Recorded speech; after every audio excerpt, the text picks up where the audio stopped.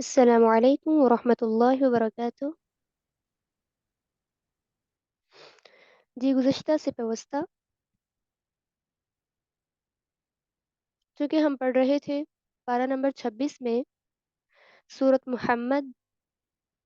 رکوع نمبر تھا 4، یعنی سورت محمد کے لحاظ سے رکوع نمبر 4 تھا۔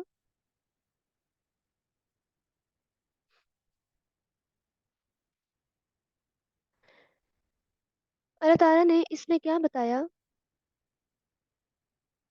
یعنی جو بات ماننے والا ہے اس کے لیے جنت ہے، اور جو نہ مانے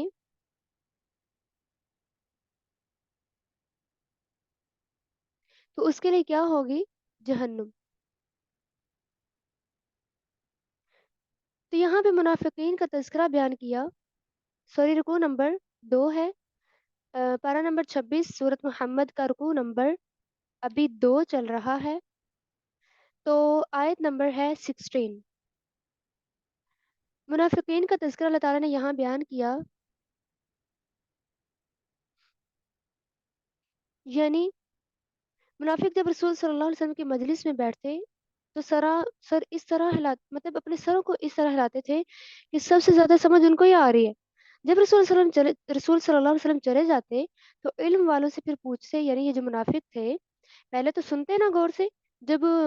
مطلب آپ صلی اللہ علیہ وسلم بتا کر سارا کچھ سمجھا کر چلے جاتے تو یہ جو ہوتے تھے منافق، یہ علم والوں سے پوچھتے کہ ابھی ابھی کیا کہا تھا انہوں نے، یعنی آپ صلی اللہ علیہ وسلم کے بارے میں پوچھتے ہیں۔ تو رسول صلی اللہ علیہ وسلم کی مجلس میں بیٹھ کر بھی ہدایت سے محروم، تو اللہ تعالیٰ نے ان کے دلوں پر مہر لگا دی۔ منافقین ہوتے ہی دو چہرے والے ہیں۔ وجہ کیا تھی ان کی، بھٹکنے کی، نہ سمجھ آنے کی، اپنے خواہشات کی پیروی، خود ماننا ہی نہیں چاہتے تھے، خود اپنی بڑائی سمجھ رہے تھے۔ ہدایت سے محروم ہوتا وہی ہے جو اپنی خواہش کی پیروی کرتا ہے۔ تو ان کے برعکس والذین اہتدوا زادہم ہدی، جو ہدایت پانے والے اللہ تعالیٰ ان کو زیادہ ہدایت دیتے ہیں۔ تو اللہ تعالیٰ آپ صلی اللہ علیہ وسلم سے کہہ رہے ہیں آیت نمبر 19 میں کہ آپ جان لیجئے کہ اللہ تعالیٰ کے سوا کوئی معبود نہیں ہے، آپ بخشش مانگیے مومنین کے لیے، مومن مردوں کے لیے، عورتوں کے لیے۔ اللہ تعالیٰ تمہارا چلنا پھرنا، تمہارا ٹھکانہ جانتا ہے، یعنی نیک عمل کرنے چاہیے، اللہ تعالیٰ ہر چیز دیکھ رہے ہیں۔ اس کے بعد رکوع نمبر 3 میں جنگ کا ذکر ہوا، فرمایا وَيَقُولُ الَّذِينَ آمَنُوا لَوْلَا نُزِّلَتْ سُورَةٌ، یعنی یہ جو ایمان والے یہ کہتے ہیں کہ سورت کو مطلب کوئی نشانی کیوں نہیں اتری، کوئی سورت کیوں نہیں نازل ہوئی۔ فرمایا جب بھی کسی صورت میں جنگ کا ذکر آ جائے نا، پھر جو منافق لوگ ہوتے ہیں نا ان میں سے، وہ ایسے کر رہے ہوتے ہیں جیسے اپنی نظروں کو جیسے ان پر موت کی غشی طاری ہو رہی ہو۔ اللہ تعالیٰ نے فرمایا ان کے لیے ہلاکت ہے، یعنی پہلے طلب کرتے ہیں، جب آیت ایسی اتر آتی ہے کہ اس میں جنگ کا ذکر آ جائے پھر ان پر موت کی جیسے غشی طاری ہوتی ہے، اس طرح ہوتا ہے۔ تو فرمایا جو فساد کرے گا منہ موڑے گا اور رشتہ داری کو کاٹے گا، کیونکہ جنگ میں جو رشتہ داری بہت امپورٹنس دکھاتی ہے، یعنی سب مل کر نکل رہے ہوتے ہیں، تو اس لیے آپس میں جڑنا بہت ضروری ہوتا ہے نا دین کے کام کے لیے۔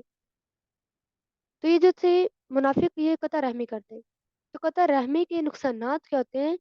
اللہ تعالیٰ کی لعنت ہوتی ہے ان لوگوں پر، ان کی آنکھیں اندھی کر دی جاتی ہیں، ان کو بہرا کر دیا جاتا ہے۔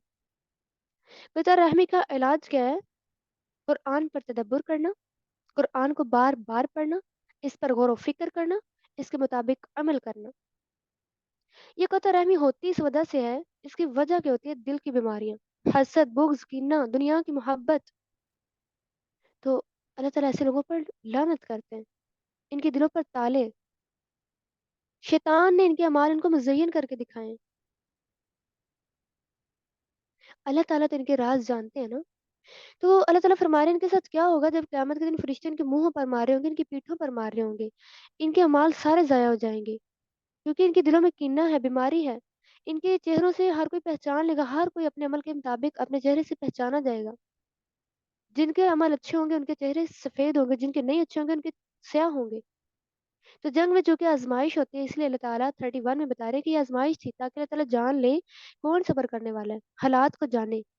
تو جنہوں نے کفر کے اللہ کے رستے سے روکا، مخالفت کی رسول صلی اللہ علیہ وسلم کی، اللہ کو تو کوئی نقصان نہیں دے سکتے وہ، وَسَيُحْبِطُ أَعْمَالَهُمْ، ان کے اعمال ضائع کر دیے جائیں گے، نقصان تو ان کا اپنا ہے۔ پھر ایمان اور اس کا جا رہا ہے کہ اللہ اور اس کے رسول کی اطاعت کرو، تو جو اللہ کے راستے سے روکتے ہیں وہ اگر موت آ جائے نا ان کو کفر کی حالت میں ہی، تو ان کو اللہ تعالیٰ کبھی بخشیں گے نہیں۔ اللہ تعالیٰ ایمان والوں سے کہہ رہے ہیں کہ آپ لوگ اسلام کی طرف بلاؤ، اسلام غالب آنے والا ہے، تمہارے مال سے کوئی کمی نہ کی جائے گی۔ دنیا کی زندگی تو تھوڑا کھیل تماشا ہوتا ہے، اس میں نہیں رہنا چاہیے، اس میں نہیں انسان کو پڑھنا چاہیے۔ جو ہمیشہ کی زندگی ہے اس کے لیے کام کرنا چاہیے، اس کے لیے محنت کرنی چاہیے، جتنی ایفرٹ جس چیز کے لیے ہوگی وہی اس کو مل جاتا ہے۔ تو اللہ تعالیٰ یہاں پر خرچ کرنے کے بارے میں بتا رہے ہیں، جو کہ جنگ میں خرچ کرنا بہت ضروری ہوتا ہے، اس لیے یہاں پہ خرچ کرنے کے بارے میں بتایا۔ آخری آیت میں فرمایا تم لوگ ہو، یعنی جنہیں اللہ کے راستے میں خرچ کرنے کے لیے بلایا جاتا ہے، جیسے ابو بکر صدیق رضی اللہ عنہ گھر کا سارا سامان لے آئے۔ مومن تو ایسا ہوتا ہے۔ تو جو بخل کرتا ہے، بخل کا نقصان کیا ہوتا ہے؟ انسان خود محتاج ہونا شروع ہو جاتا ہے۔ حدیث رسول صلی اللہ علیہ وسلم نے فرمایا آدمی میں سب سے بدترین چیز بخل اور حسد سے زیادہ بزدل کوئی بھی نہیں۔ حالانکہ انسان جو ہے فقیر اللہ کے آگے ہوتا ہے، تو جب لوگ اس کے پاس آتے ہیں تو اس کو بخل نہیں کرنا چاہیے۔ اللہ تعالیٰ ہمیں اس حرص سے محفوظ فرمائے، ہمیں خرچ کرنے والا بنائے، آمین۔ اس کے بعد سورۃ الفتح سٹارٹ ہو رہی ہے، پارہ نمبر 26 سورۃ الفتح۔ اس کی فضیلت کچھ یوں ہے، یہ سورت رسول صلی اللہ علیہ وسلم کو ساری صورتوں سے زیادہ محبوب تھی۔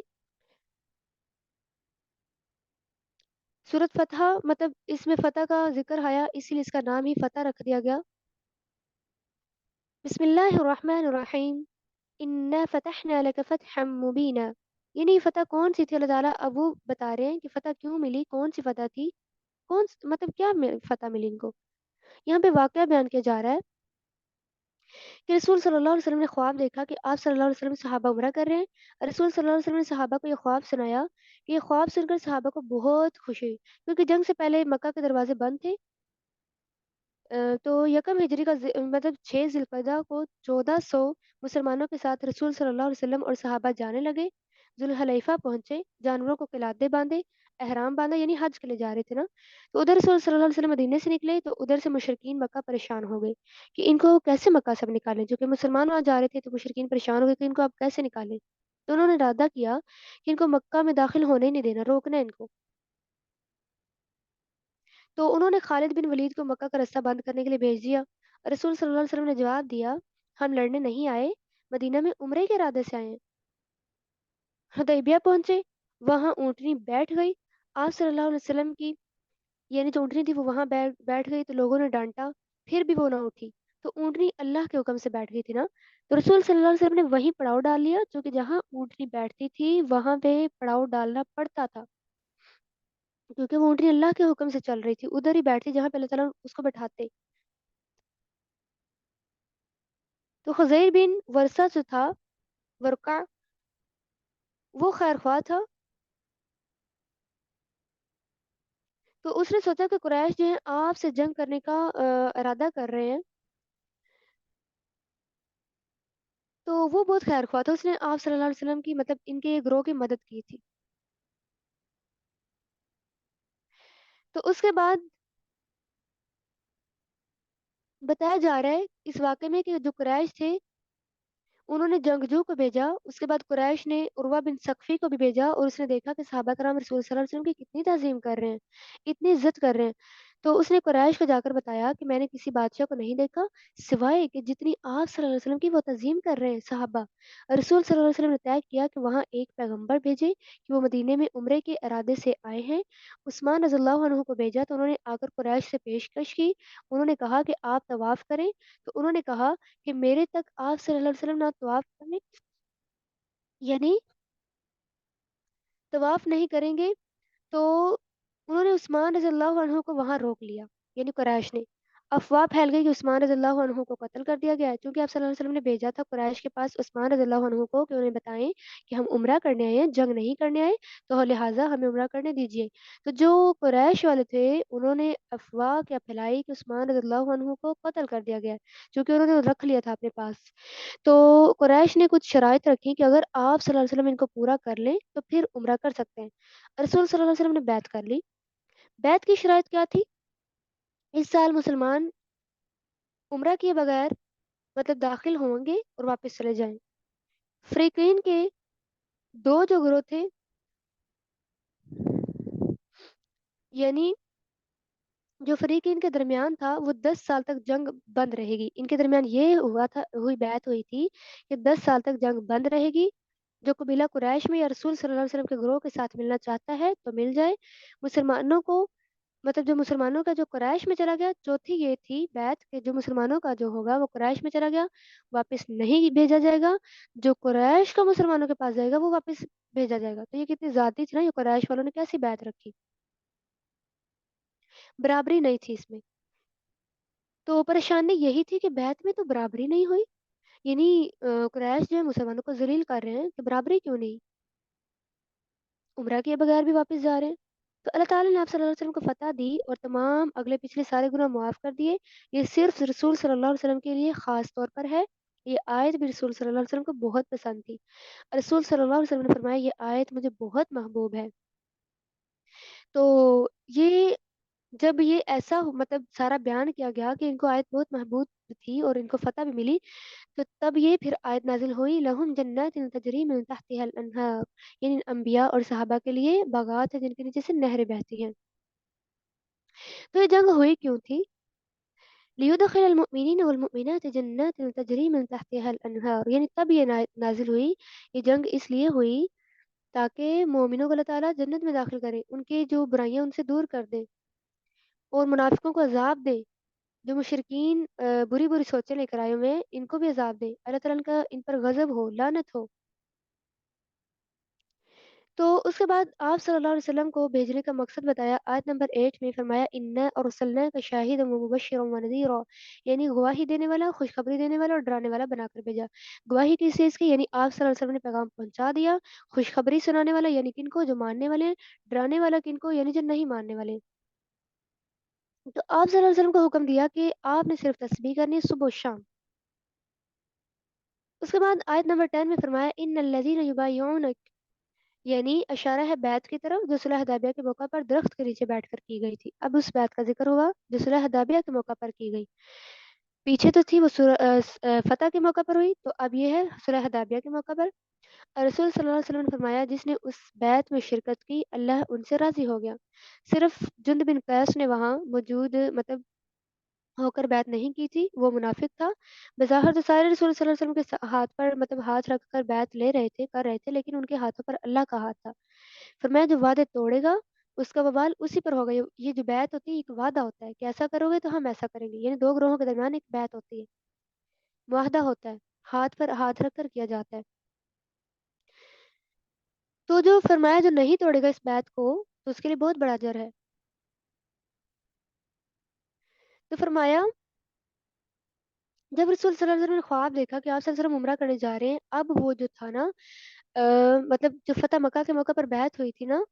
تو اب اس بیعت کے حوالے سے بتایا جا رہا ہے، یعنی وہ واپس آ گئے تھے عمرہ کیے بغیر۔ تو اب اللہ تعالیٰ نے آپ صلی اللہ علیہ وسلم کو خواب دکھایا کہ آپ صلی اللہ علیہ وسلم عمرہ کرنے جا رہے ہیں، اور سب سے بھی کہا کہ وہ عمرہ کے لیے تیار ہو جائیں، لیکن جو منافق تھے وہ ساتھ نہ گئے۔ اللہ نے اپنے رسولوں کو پہلے ہی خبردار کر دیا کہ جب آپ واپس آئیں گے تو پیچھے چھوڑے جانے والے جو ہوں گے بدو اعرابی جو ہوں گے یہ بہانہ کریں گے کہ ہم بڑے مصروف تھے کہ ہم نہیں جا سکتے، آپ ہمارے لیے دعا کر دیں کہ ہمیں بھی اللہ معاف فرما دے۔ فرمایا اصل میں تو اللہ تعالیٰ جانتے ہیں کہ جو نہیں جانا چاہتے وہاں پہ جنگ میں بہانہ کر رہے ہیں، اپنی زبانوں سے بات کچھ اور کہہ رہے ہیں، منافقت ہے ان کے دلوں میں، اللہ تعالیٰ سب کچھ جانتے ہیں۔ تو یہ آپ صلی اللہ علیہ وسلم کا نقصان نہیں کرتے، یہ اپنا نقصان کر رہے ہیں۔ تو پیچھے رہنے والے قبائل سے اللہ تعالیٰ فرما رہے ہیں تم نے یہ تو گمان کیا کہ رسول صلی اللہ علیہ وسلم اور مومن واپس نہیں آئیں گے، یعنی یہ کہتے ہیں یہ ناؤز باللہ وہاں پہ رہ جائیں گے، مارے جائیں گے، جنگ کرنے کے لیے جا رہے ہیں، تو اس لیے یہ اس ڈر کی وجہ سے نہیں گئے۔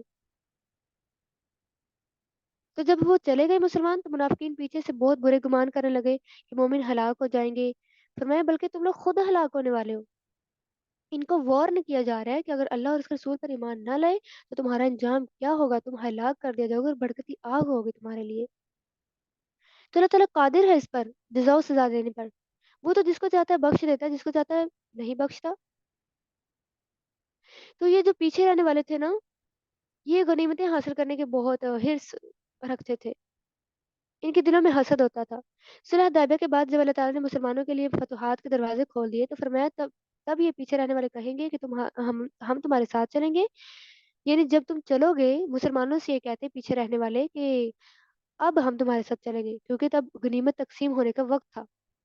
مال تقسیم ہونا تھا نا، تو ان کو مال کی بہت ہرس تھی۔ فرمایا بجائے ان کے پیچھے رہنے والوں کو شرمندگی یا افسوس ہو بلکہ زبان درازی کرتے ہیں، کہتے ہیں تم لوگ تو ہم سے اس لیے حسد کرتے ہو تاکہ ہم غنیمت نہ حاصل کر لیں، ہمیں غنیمت نہ مل جائے۔ منافق ایسا کہہ رہے ہیں، حالانکہ گئے تو ہے نہیں ہے، تو اب غنیمت کے لیے دیکھیں کیسے زبان درازی کر رہے ہیں۔ فرمائے ان پیچھے چھوڑے جانے والے بدوؤں سے کہیے، عرابیوں سے کہیے کہ ان قریب تمہارے لیے موقع آئے گا، ایک امتحان آئے گا۔ بعض نے سمراد لیا حوازن اور ثقیف کے قبائل، وہ ان پر حملہ کریں گے۔ بعض نے کہا مسلمہ کذاب کے قبائل، اور بعض نے کہا کہ روم کی جنگوں کی طرف اشارہ ہے، یعنی جو پیچھے پڑ چکے ان پر جب 2 دفعہ عذاب آیا تھا، 2 دفعہ ان کو سزا ملی تھی۔ فرمایا جب موقع آ جاتا ہے نا، اگر تم اطاعت کرو گے تو اچھا ہے، اگر منہ موڑو گے تو دردناک عذاب ہے۔ تو جنگ کرنے سے جو مستثنا ہیں، جو نہیں کر سکتے، جن پہ کوئی حرج نہیں ہے، نہ بھی کریں تو کوئی مسئلہ نہیں، نو پرابلم۔ وہ ہے آیت نمبر 17 میں اللہ تعالیٰ نے بتایا لیس علی الاعمى حرج ولا علی الاعرج حرج ولا علی المریض حرج، یعنی اندھوں پر اور جو لنگڑے ہیں اور جو مریض ہیں ان پر کوئی حرج نہیں ہے، تو جو اللہ اور اس کے رسول کے اطاعت کرے گا اس کو جنت مل جائے گی، اور جو منہ موڑے گا اس کے لیے دردناک عذاب ہے۔ اس کے بعد رکوع نمبر 3 میں سورۃ الفاتحہ کے رکوع نمبر 3 میں اللہ تعالیٰ فرما رہے ہیں لقد رضی اللہ عن المؤمنین، یعنی جب درخت کے نیچے بیعت ہوئی تو اللہ تعالیٰ نے ان پر سکینت نازل کر دی مومنوں پر، اور ان کو فتح بھی دی، غنیمتیں بھی دی، اور جو منافق تھے ان کے ہاتھ روک لیے اس فتح سے، اس غنیمت سے ہاتھ ان کے روک لیے اللہ تعالیٰ نے۔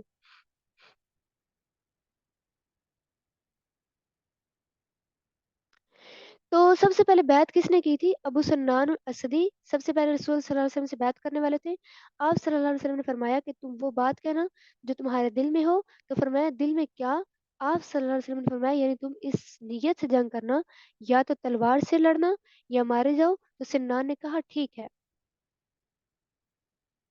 تو وقف ایدی الناس، یعنی کہ جو مسلمان تھے اب ان کے دل کی جانچ پڑتال کرنی تھی کہ کیسی جنگ کرنی ہے، کس لیے۔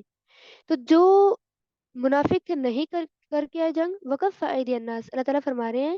کافر آپ لوگوں کو نقصان نہیں پہنچا سکتے، وہ نہیں لے سکتے مال، ان کے ہاتھ اللہ تعالیٰ نے خود روک لیے، ان کی مدد اللہ تعالیٰ نہیں کریں گے۔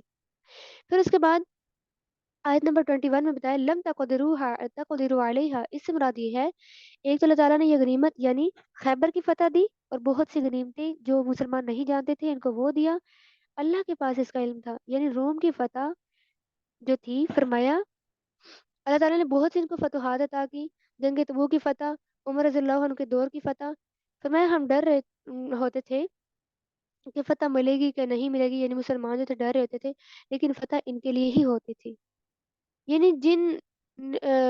لم تقدروا علیہ، یعنی جن جنگوں پر یہ قادر بھی نہیں تھے کہ حاصل کر سکیں گے فتح، اللہ تعالیٰ نے ان میں بھی ان کو فتح دی، جن کے بھی نام بتائے گئے بھی، جنگ تبوک وغیرہ۔ تو جو شکست ہوتی ہے وہ ہمیشہ کافروں کو ہی ہوتی ہے، سنت اللہ التی قد خلت من قبل، یہ اللہ کا طریقہ جو پہلے بھی گزر چکا ہے، اللہ کا طریقہ تبدیل نہیں ہو سکتا۔ اس کے بعد اللہ تعالیٰ آیت نمبر 24 میں بتا رہے ہیں، یعنی جب مسلمان جب حدیبیہ کے مقام پر موجود تھے، تعداد تھوڑی تھی، 1000 تھی، اور جو دشمن تھے وہ اپنے گھروں میں تھے، حالانکہ وہ بہت طاقتور تھے، تو اللہ تعالیٰ نے ان کے ہاتھوں کو روک دیا، یعنی جو تھے دشمن وہ حملہ کرنا چاہ رہے تھے، مسلمانوں کی تعداد کم تھی، لیکن اللہ تعالیٰ نے دشمنوں کے ہاتھ روک لیے، تو مسلمانوں پر حملہ وہ نہیں کر سکتے تھے، مسلمان ان پر غالب آ چکے تھے۔ اکرمہ بن جہل جو تھا اس کے بارے میں ہے کہ اس نے مسلمانوں پر حملہ کرنا چاہا، لیکن وہ وہاں سے بھاگ گیا اور مکہ کی گلیوں میں اس نے پناہ لی، یہاں تک اس کی حالت ہو گئی۔ تو اس کے بعد اللہ تعالیٰ فرما رہے ہیں کہ یہ جو صلح حدیبیہ وغیرہ سارا جو تھا، یہ جنگ نہیں ہوئی تھی ابھی، تو یعنی ابھی جنگ کا سارا بتایا جا رہا ہے نا کہ جنگ ہونی ہے، کیا کرنا ہے اس میں، کیا کچھ نہیں کرنا، وہ بتایا جا رہا تھا، تو فرمایا اس لیے ابھی تک جنگ نہیں ہوئی تھی،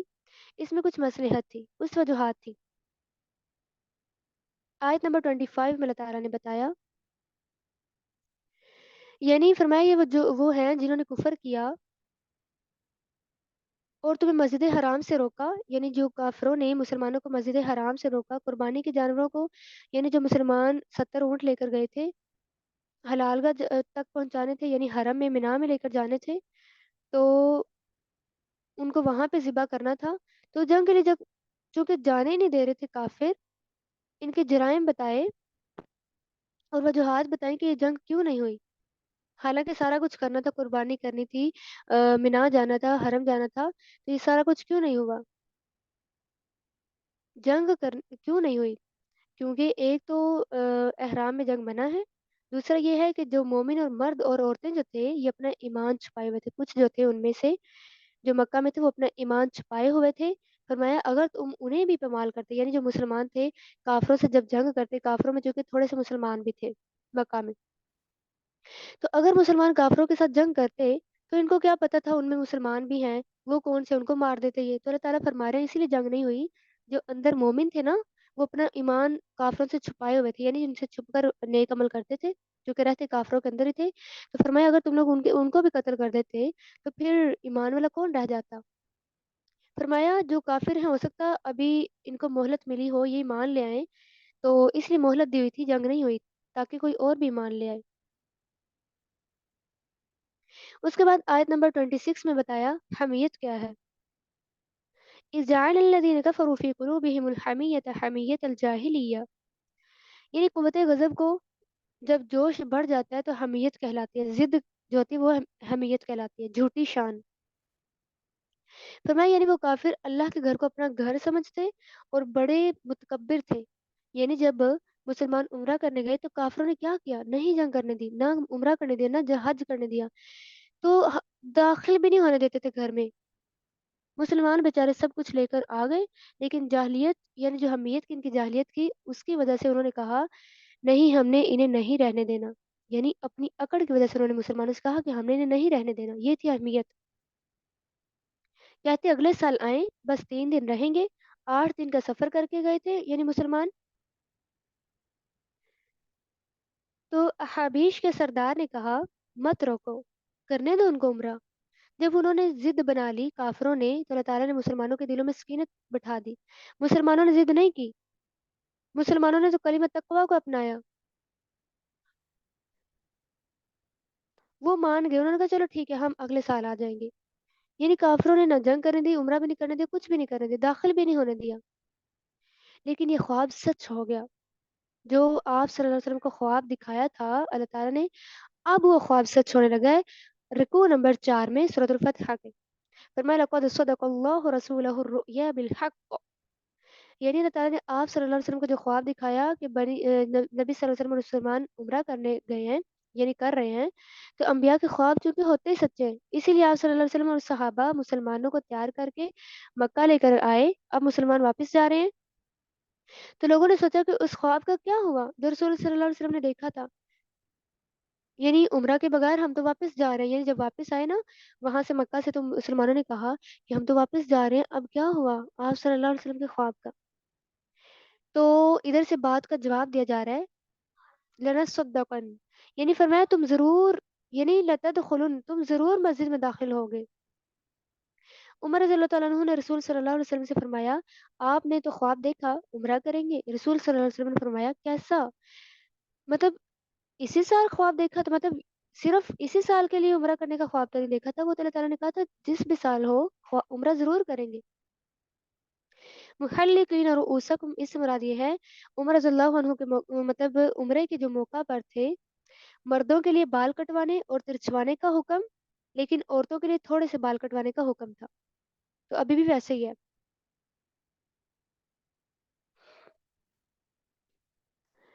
تو فاعل ما لم تعلم سے مراد یہ ہے یعنی جو انسان بہتر نہیں جانتا کہ بہتر کیا ہے، یعنی وہ جنگ کرنا چاہ رہے تھے، عمرہ کرنا چاہ رہے تھے، لیکن اللہ تعالیٰ نے بہتری کیا دکھائی، ہو سکتا ہے کوئی اور بھی مان لے کافر، اس لیے بھی جنگ نہیں ہونے دی، اسی لیے فرمایا کہ اللہ تعالیٰ جانتے ہیں جو انسان نہیں جان رہا ہوتا، تو وہ اللہ ہے جس نے اپنے رسول کو بھیجا تاکہ وہ اپنے دین کو غالب کرے، اللہ تعالیٰ تو دین کو غلبہ دینا چاہتے ہیں، تو مسلمان اتنی سی بات پر پریشان ہو کے عمرہ نہیں ہوا، فرمایا